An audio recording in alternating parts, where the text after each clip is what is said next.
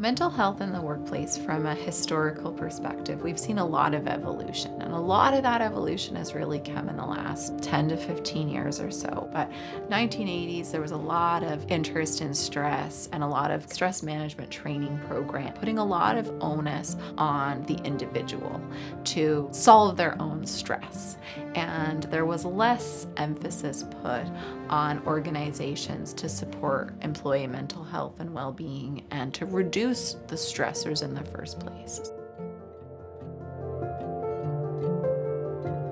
My name is Jennifer Dimoff, and I'm an associate professor at the Telfer School of Management at the University of Ottawa.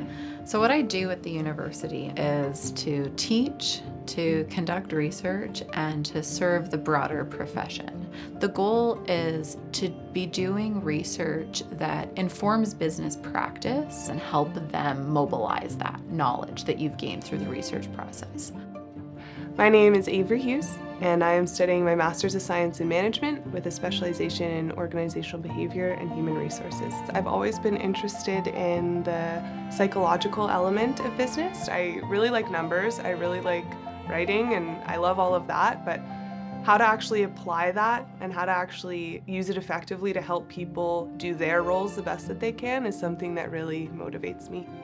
The Master's of Science management program has two different streams of management of science. There's management of science thesis-based, and then management of science project-based. So I'll be working with my supervisor. We are going to be researching how those who live with disability experience interviews, which will really give us the opportunity to have some experiential learning in the field, better understanding how theory is really relevant in a practical way.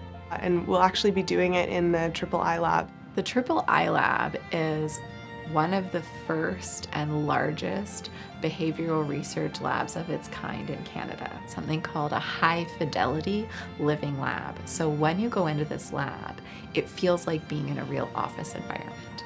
We want them to feel like they're actually interacting with each other in a real boardroom, not in a science lab where their behavior might look different. So we'll be able to do studies with partners or with a manager and employee to recognize how a manager is maybe showing stigmatizing attitudes towards an employee with a visible disability. The people really they do matter, and it's cool to see a lot of driven individuals here to support one another. It was really a dream come true to be part of the Telfer family and Telfer Nation.